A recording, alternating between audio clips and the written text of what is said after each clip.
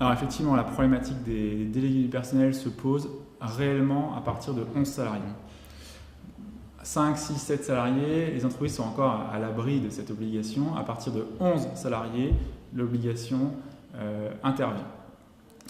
S'agissant de cette obligation, enfin de cette peur qu'on retrouve souvent dans les entreprises, les clients nous disent mais comment je vais faire? Les syndicats vont prendre le contrôle de l'entreprise, je ne vais plus être maître chez moi, les délégués du personnel vont passer leur temps en heures de délégation, je ne vais plus pouvoir les faire travailler, j'ai besoin d'eux en production, etc. Effectivement, je vous confirme que ces craintes sont excessives.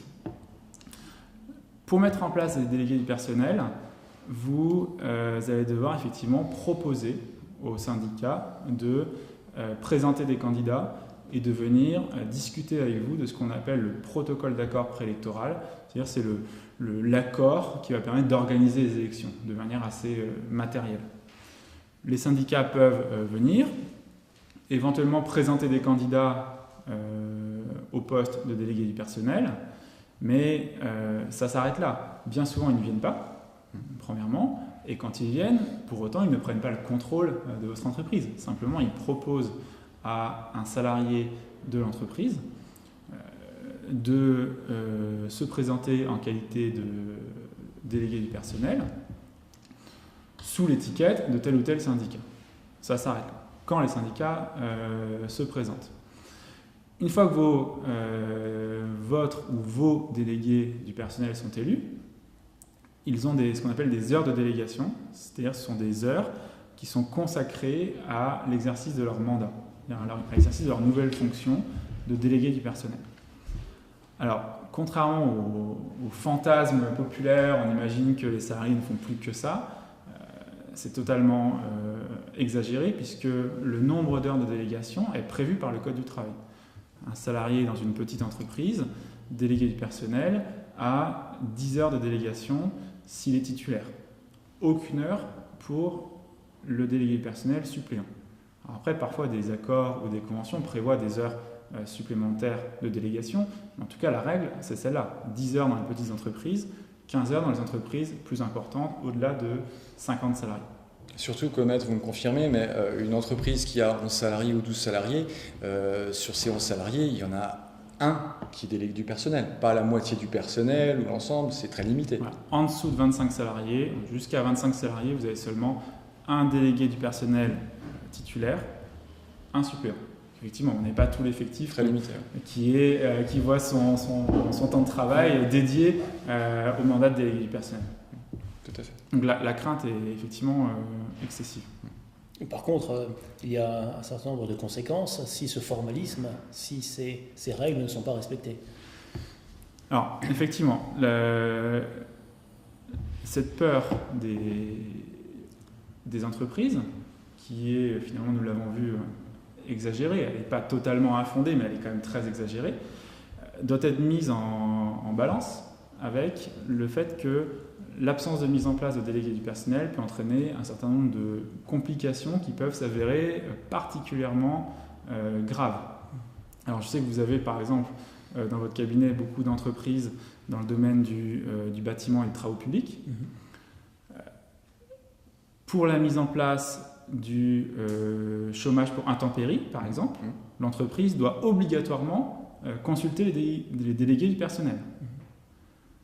Si on remonte le raisonnement dans l'autre sens, ça veut dire qu'à partir du moment où l'entreprise avait l'obligation de mettre en place des délégués du personnel, qu'elle n'a pas organisé les élections parce qu'elle n'a pas souhaité avoir de délégués dans son entreprise, le jour où elle veut recourir au chômage pour intempéries, elle est bloquée. Ce qui peut entraîner des conséquences, vous savez très bien, extrêmement graves sur le fonctionnement de l'entreprise. Et l'entreprise peut être mise en péril dans ces conditions.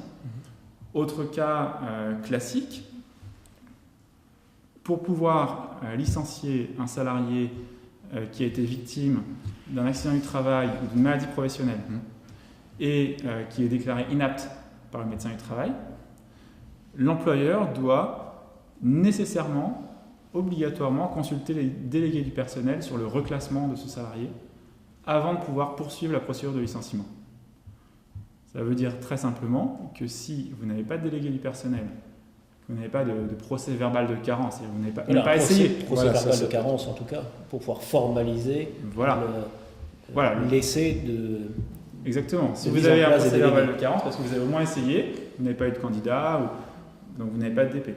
Mais si vous n'avez même pas organisé des élections, que par conséquent vous n'avez ni PV de carence, ni délégué du personnel élu, votre licenciement sera nécessairement entaché d'irrégularité et la sanction s'élève quand même de manière automatique à 12 mois de salaire. Voilà. Et le problème, c'est que l'accident du travail suivi d'une inaptitude, vous ne pouvez pas l'anticiper. Vous ne pouvez pas vous dire à ce moment-là, je mettrai en place des délégués personnels. C'est trop tard. Voilà.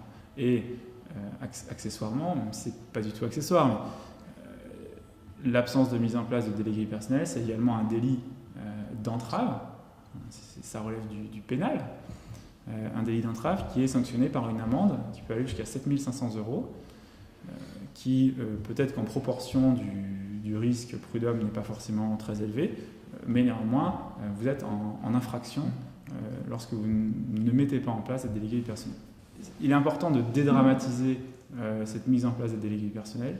C'est pas une conséquence, ça n'a pas de conséquences aussi lourdes que certains chefs d'entreprise peuvent l'imaginer, d'une part, et d'autre part, il est important de se concentrer sur le risque qui est évité en mettant en place ces délégués du personnel.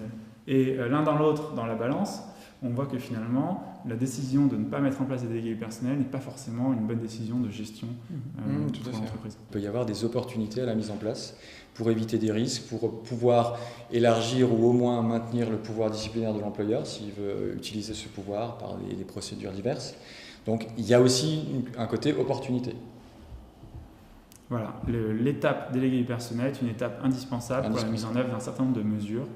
Ne pas les avoir finalement réduit par la suite vos capacités de gestion de l'entreprise. Merci Maître pour ces préconisations qui serviront nos clients. Merci. Merci.